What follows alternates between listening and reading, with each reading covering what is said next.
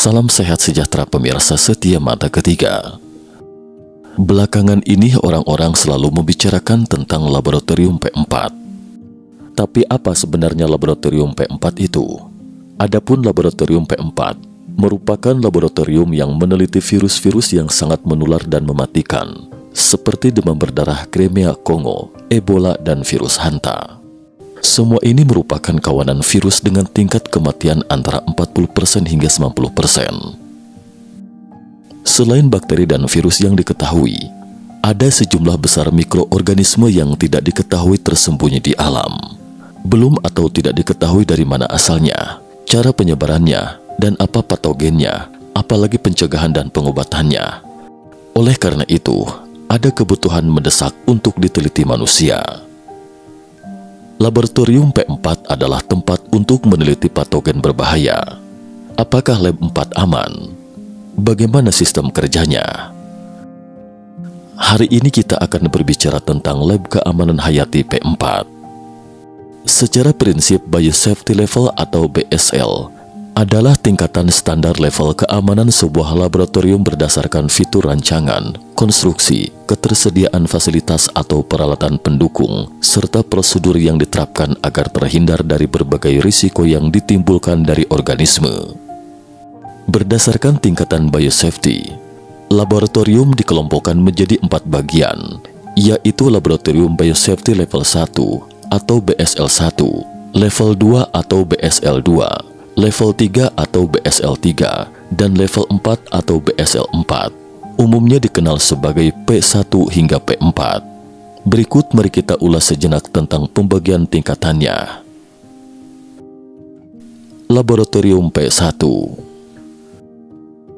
P di sini berasal dari bahasa Inggris protection, berarti perlindungan. Di laboratorium P1, para peneliti mempelajari mikroorganisme berisiko rendah. Mikroorganisme ini tidak mengancam bagi orang sehat, seperti strain E. coli non-patogen, berbagai bakteri yang tidak berbahaya bagi manusia, dan sebagainya. Lingkungan laboratorium P1 tidak perlu diisolasi dari fasilitas di sekitarnya. Misalnya laboratorium P1 dapat dibangun di gedung universitas. Gambar berikut mencantumkan persyaratan untuk laboratorium keamanan hayati tingkat 1 yang tidak terlalu ketat. Selanjutnya Biosafety Level 2, yaitu laboratorium P2. Di laboratorium BSL2 ini terutama meneliti patogen yang berhubungan dengan penyakit manusia, menangani mikroorganisme yang menyebabkan penyakit pada manusia dengan berbagai tingkat. Contoh agen biologi antara lain hepatitis B, hepatitis C, flu, virus West Nile, dan salmonella. Personel yang bekerja di P2 harus lebih berhati-hati untuk mencegah luka di permukaan kulit. Di laboratorium P2, orang luar dilarang masuk selama bekerja. Sejak pandemi COVID-19, laboratorium BSL2 merupakan laboratorium yang diperuntukkan pada layanan deteksi virus SARS-CoV-2. Deteksi virus SARS-CoV-2 dilakukan dengan menggunakan metode real-time PCR. Gambar berikut mencantumkan persyaratan untuk laboratorium keamanan hayati tingkat 2. Biosafety Level 3 adalah laboratorium P3. Bakteri dan virus penyebab penyakit serius atau berpotensi fatal diteliti di P3. Contoh bahan biologi yang dapat ditangani di lab tersebut antara lain antraks, HIV, SARS, Mycobacterium tuberculosis, dan Brucell. Karena mikroorganisme yang dipelajari di laboratorium P3 dikontrol secara ketat, karena itu pembangunan laboratorium P3 harus mendapatkan persetujuan pemerintah.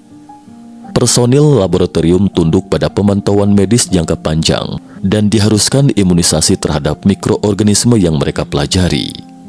Laboratorium BSL3 memiliki fasilitas untuk menangani patogen-patogen level 3 yang artinya dapat tersebar melalui udara. Akses ke laboratorium P3 dikontrol dengan ketat, umumnya dilarang masuk sama sekali. Gambar di bawah mencantumkan persyaratan untuk laboratorium keamanan hayati level 3. Terakhir biosafety level 4 atau laboratorium P4. Laboratorium P4 terbilang langka. Total 58 lab di dunia yang tercatat. Laboratorium BSL-4 diperuntukkan untuk menangani mikroorganisme yang sangat berbahaya bagi manusia. Contohnya virus Ebola Zaire dan hantavirus. Yang paling menakutkan adalah tidak ada pengobatan yang efektif dan tidak ada vaksin untuk virus seperti ini. Laboratorium P4 harus diisolasi dan ditempatkan di gedung yang terpisah. Dari gambar berikut ini terlihat ada 4 lantai di laboratorium P4. Hanya lantai 3 yang digunakan untuk eksperimen, dan 3 lantai sisanya merupakan fasilitas tambahan, membutuhkan pasokan udara segar dan pembuangan khusus, juga pipa vakum dan sistem purifikasi. Hanya ahli dari ahli terbaik yang diizinkan kerja di laboratorium P4. Dapat dikata, para pekerja atau peneliti di sini adalah orang-orang yang benar-benar berurusan dengan setan karena beban kerja yang berat, sehingga para ahli tidak diperbolehkan bekerja lebih dari 3 jam sehari. Selain semua persyaratan keamanan seperti di P3, P4 memiliki persyaratan tambahan berikut. Gambar berikut ini mencantumkan persyaratan ekstra untuk laboratorium keamanan hayati level 4. Itulah perbedaan antara P1 dan P4. Laboratorium keamanan hayati dibangun pada awal Perang Dunia II. Pada tahun 1943, Arnold G. Widom, Direktur Laboratorium Biologi Fort Detrick di Amerika Serikat, mengembangkan kabinet keamanan biologis 3 tingkat pertama. Ini adalah prototipe laboratorium P4 pertama di dunia. Awalnya digunakan untuk merespons serangan bioterorisme negara lain terhadap Amerika Serikat. Kemudian berkembang menjadi lembaga penelitian masa damai. Belakangan banyak negara di dunia juga belajar dari Amerika Serikat dan mulai mendirikan laboratorium biosafety P4. Ironisnya, sejak didirikannya laboratorium P4, jumlah virus bukannya semakin berkurang, sebaliknya justru semakin banyak.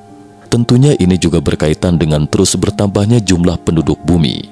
Ruang lingkup aktivitas manusia semakin luas. Virus yang awalnya tersembunyi di daerah terpencil dan tak berpenghuni di pegunungan dalam dan hutan belantara, akhirnya dibawa ke masyarakat manusia. Menurut data yang dipublikasikan Organisasi Kesehatan Dunia, penyakit menular baru telah ditemukan pada tingkat rata-rata 1 penyakit baru setiap tahun sejak tahun 1970-an. Sejauh ini sudah mencapai lebih dari 40 jenis. Gambar berikut ini menunjukkan 10 besar virus yang menjadi ancaman terbesar bagi manusia setelah memasuki abad ke-21. Terlihat dari gambar, 10 besar virus yang telah menginfeksi lebih dari 600 juta manusia dalam 20 tahun. Ini sangat menakutkan. Jelas tidak mungkin mempelajari virus-virus ini tanpa laboratorium P4. Sementara itu, untuk membangun laboratorium P4 adalah proses yang sangat kompleks dan mahal biayanya. Dari data publik Amerika pada tahun 2003, Amerika Serikat menginvestasikan total 1,2 miliar dolar AS di bidang penelitian virus, di mana 521 juta dolar AS dialokasikan untuk pemeliharaan laboratorium P4. Syarat untuk membangun laboratorium P4 juga sangat ketat. Membutuhkan 6.400 meter persegi luas bangunan untuk setiap 1.000 meter persegi ruang yang dapat digunakan, dan biayanya juga sangat mahal. Biaya konstruksi per meter persegi berkisar dari 7.000 US dollar hingga 12.000 US dollar. Sulit rasanya membangun laboratorium P4 tanpa investasi ratusan juta dolar AS. Persyaratan untuk personel di laboratorium P4 juga sangat ketat. Personel terkait harus memiliki pengalaman kerja di laboratorium P3 dan menguasai berbagai keterampilan eksperimental termasuk mengumpulkan sampel darah hewan, manajemen dosis vaksin, manajemen anestesi dan reagen euthanasia, bahkan mempelajari otopsi sederhana dan semacamnya. Peneliti yang memasuki laboratorium P4 wajib mengenakan pakaian pelindung seluruh tubuh dengan suplai oksigen terpisah, serta 2 atau 3 pasang sarung tangan untuk mencegah tangan terpapar, dan sepasang sarung tangan luar harus diikat erat pada manset pakaian. Setiap set peralatan beratnya sekitar 10 kg. Setelah pekerjaan selesai, bahan-bahan kerja harus dikunci dengan hati-hati. Semua benda yang dipakai sebelumnya harus didekontaminasi dalam sistem autoclave. Limbah laboratorium dan air limbah harus dinonaktifkan. Sebelum meninggalkan laboratorium, peneliti harus mengenakan pakaian pelindung dengan asam perasetat yang diencerkan untuk desinfeksi saat mandi, dan diwajibkan untuk mandi lagi setelah menanggalkan pakaian. Seluruh proses dilakukan bersama 2 karyawan untuk memeriksa apakah pakaian karyawan lainnya rusak dan membantunya mengenakan atau melepas pakaian. Inilah yang disebut prinsip 4 mata, yaitu memastikan aktivitas diputuskan oleh 2 orang yang berbeda. Dengan kata lain, laboratorium P4 tidak bisa sendiri, perlu ada rekanan. Ulasan terkait di atas adalah penjelasan singkat tentang laboratorium P4. Secara keseluruhan, tingkat kecelakaan di laboratorium P4 sangatlah rendah karena tidak ada obat penawarnya. Ada kemungkinan tewas setelah terpapar infeksi.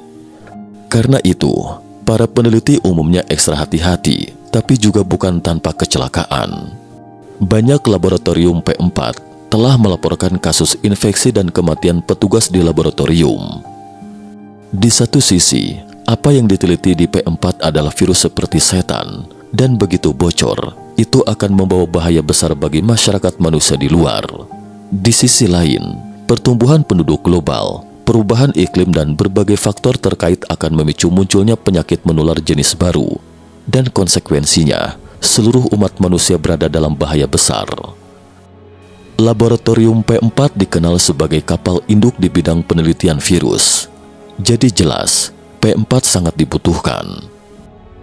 Lagi pula, keberadaan laboratorium P4 itu sendiri adalah masalah yang sangat rumit. Seperti pembangkit listrik tenaga nuklir, di satu sisi merupakan sumber energi bersih yang paling efisien, tetapi di sisi lain adalah bom nuklir yang dapat mencemari bumi.